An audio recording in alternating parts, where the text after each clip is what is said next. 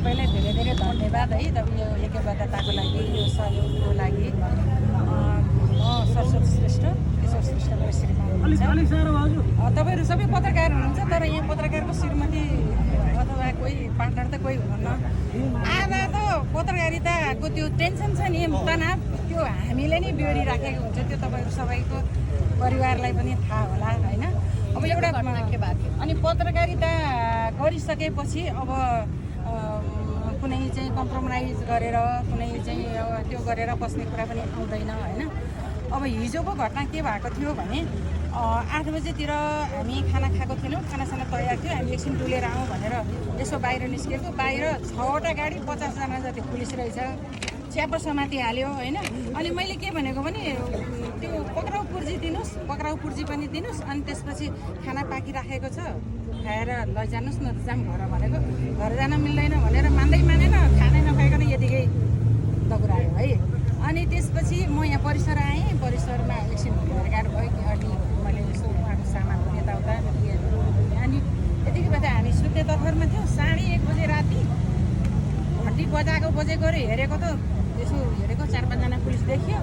पछि तल आएर हेर्दा 15 जना जति थिए अनि खोलौँ के खोलौँ ढोका खोलौँ भन्नुभयो मैले चाहिँ म एक्लै छु म अरू परिवार त्यस्तो कोही छैन मेरो आफन्त साथीभाइहरू पनि कोही छैन चिनजानको पनि नजिक छैन आज हुन दिनुहोस्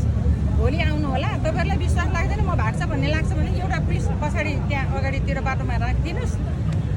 म भाग्दिनँ तपाईँहरूलाई के चाहिएको हो मान्छे लैहाल्नुभयो के चाहिएको लिन आउनुहोस् हेर्नुहोस् लानुहोस् भोलि त पर्खिनुहोस् म रोगी पनि छु मलाई सुत्नुपर्छ टाइममा मलाई डिस्टर्ब नगर्नुहोस् भोलि आउनुहोस् भन्दाखेरि मान्दै मान्नुहुन्न अनि फेरि वडा सदस्य को ल्याएर अनि उहाँहरूको रोबरमा घर खानतलासी यताउता सबै भयो 2-3 घन्टा टाइम लाग्यो 3:30 बजीतिर होला बच्चाहरूको 2टा बच्चाहरू पढ्दै थिए ती बच्चाहरूको ल्यापटप मेरो आइप्याड फोन चार्जर सबै लिएर आउनुभयो यो ल्यापटप नलानु बच्चाहरूको पढ्नुपर्छ उनीहरू त्यो नभइकन पढ्न जानु सक्दैन भनेको मान्दै मान्नु भएन अनि अब आज बच्चाहरू भरै छन् पढ्न जान पाएन अब यो अन्याय हो अब मलाई के भन्नु मन लागेको भने नि जो कोही पनि मर्यादामा बस्नुपर्छ होइन मर्यादामा आफू वरिष्ठ व्यक्तिहरू बसिदिएको भए पत्रकारहरूले त मसलै पाउँदैन नि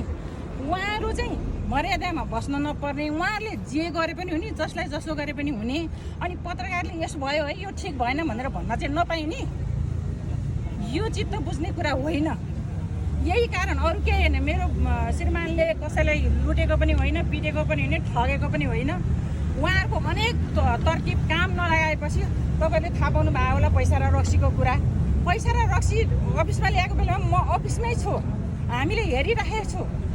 त्यहाँ पैसा र रक्सी छ भन्ने थाहा पाउने बित्तिकै हामीले पुलिसलाई खबर गरेका छौँ अनि त्यो महिला जो हो काजल अग्रवाल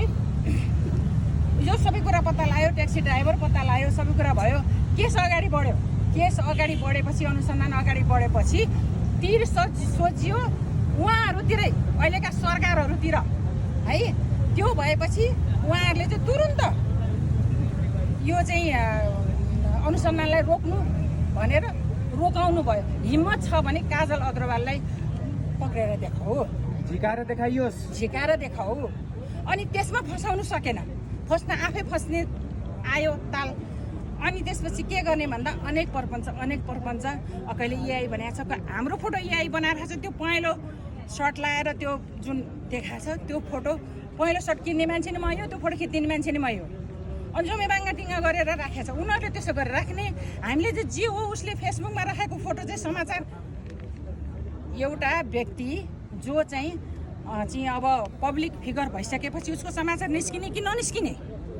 म भात पकाएर बस्ने मान्छेको निस्किन्छ समाचार त्यस्तो पब्लिक फिगरको समाचार निस्किएपछि उनीहरू पहिला मर्यादित हुनु पर्यो नि यो कुराको लागि अनि पत्रकारलाई झम्टिने हो र